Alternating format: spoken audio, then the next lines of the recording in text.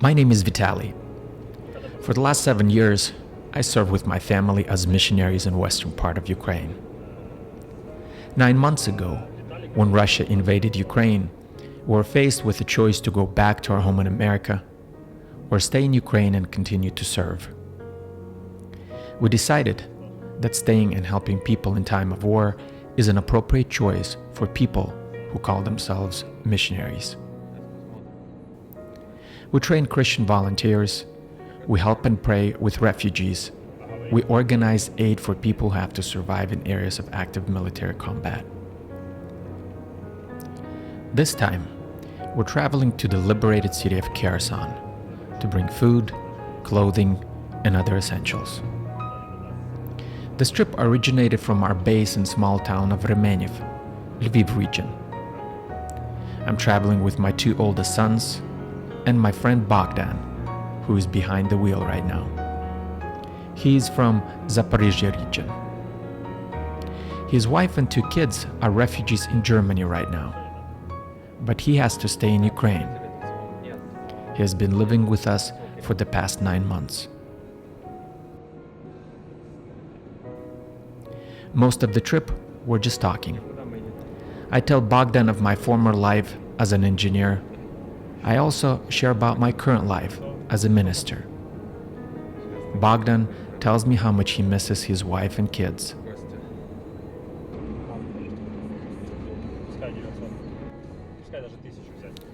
Driver's seat, although not super comfortable, is the most comfortable seat in this van. Other seats are okay for a few hours, but then you start testing different sitting positions to make this trip more bearable, before you realize that you will have to endure the aching back.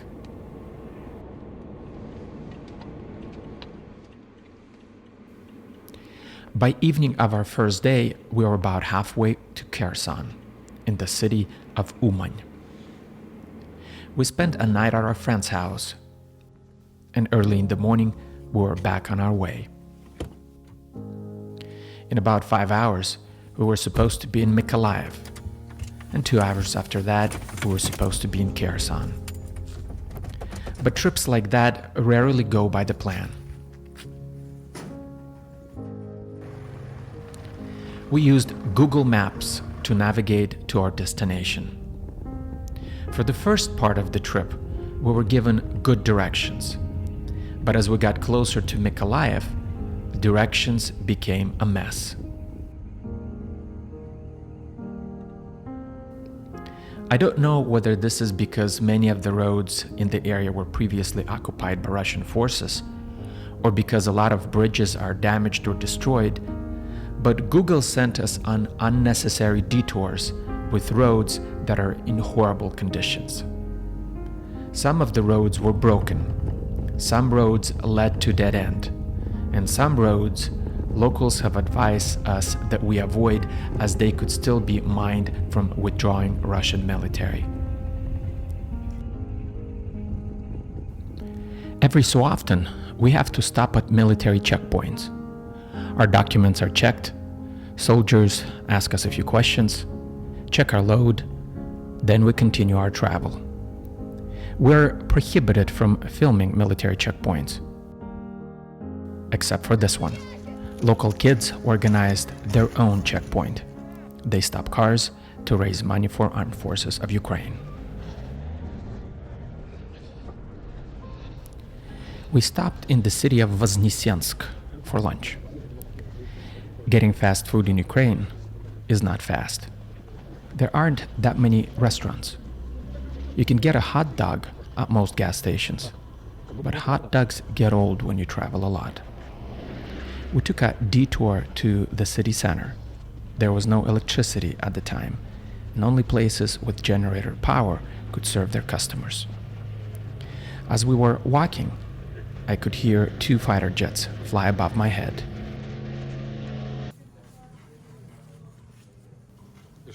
We found a restaurant with a generator and ordered some burgers with fries.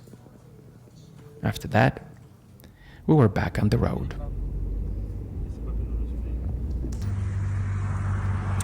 We are in Mykolaiv right now. The closer we get to Kherson, we see more military vehicles, we see buildings that are destroyed, and it's kind of difficult to find places where we can get some gas. This is the line to the gas station to get diesel. This is probably 10th or 15th gas stations that we passed, and this is the one that had the diesel. And you see probably right behind me, line to the gas station. More bad directions from Google. More unnecessary detours. We were supposed to be in Kherson by 3 p.m. as curfew begins at 5 p.m. But at 5 p.m. we were still driving country roads through desolated villages torn by war. So we thought we were about an hour from Kherson, but apparently now we turn around and have to drive back to Mykolaiv, and then from Mykolaiv we're going to take a different road. It was nerve-wracking to have to turn around in the dark on driveways of houses that were completely destroyed by combat, with military equipment parts and shelling fragments scattered around. We've been traveling for 2 days and we're finally in Kherson. It's a few hours after the curfew time, but they allowed us to get into the city. We're meeting local pastor in just a few minutes. We'll go get some rest, and then tomorrow we will distribute the aid to people that live in the city. Our trip to Kherson was 22 hours of driving, and it took 2 days to finally reach our destination.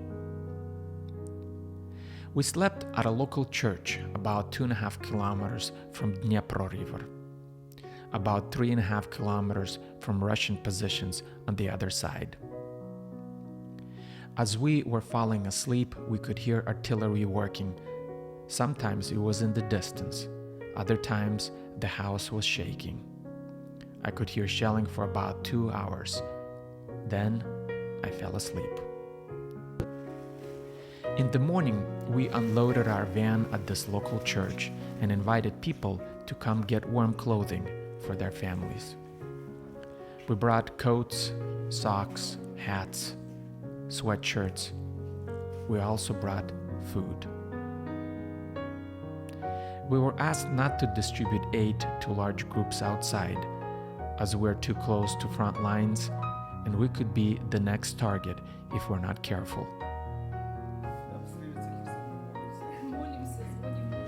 I was surprised to see families with this many kids still in Kherson. One of the families that came had 6 children, 5 girls and a boy. I asked them why they didn't leave.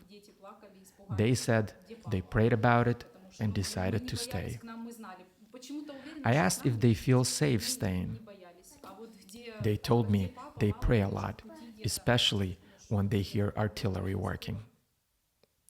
I asked how they survive without electricity and water. This man told me he built a generator from old tractor engine.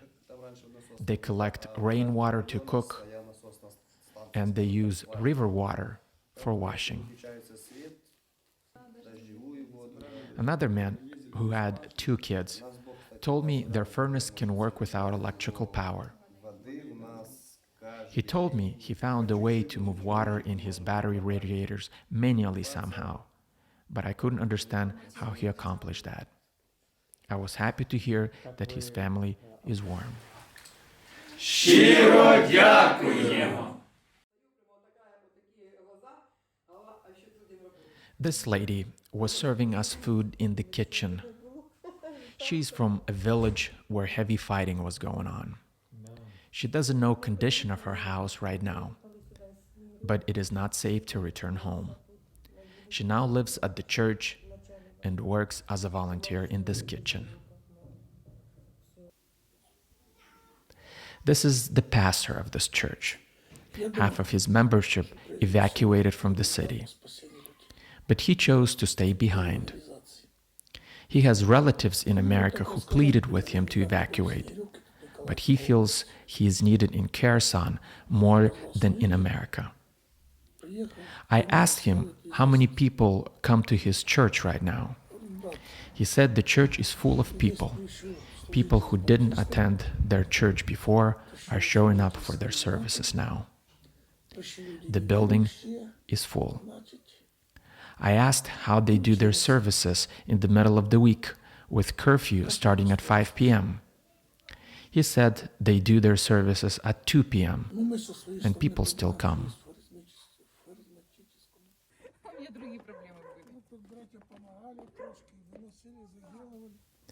Visited this lady. Rocket exploded in her neighbor's front yard. Her front windows were blown out, and furniture in the living room and kitchen was damaged. She was wounded by fragments of the rocket and had to put stitches on her stomach and leg. But she feels okay now. I asked why wouldn't she leave. She said her old father will not survive if they try to move. As we were talking, I could hear artillery shelling. I asked what they do during shelling. She said, "We pray."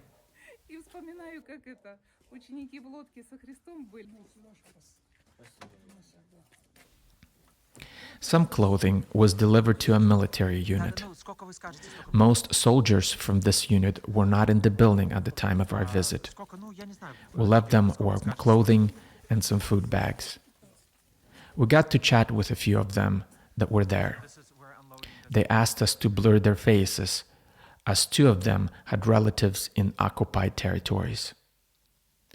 Local pastor said their church could cook them daily hot lunch if they're interested.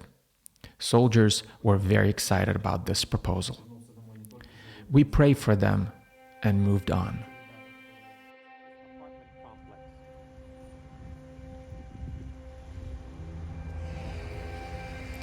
As we were driving through Kherson, we could see large apartment buildings with holes and signs of smoke. But people that survived the attack continue to live in the same building.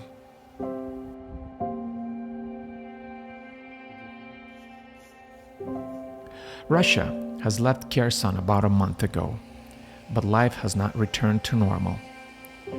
This is a local grocery store, one of a few grocery stores that is open for business. It had a line of about 70 people. Locals told me that line to the post office is 10 times bigger. As we were leaving Kherson, we drove by this destroyed shopping center. People used to spend their weekends shopping here. Not anymore.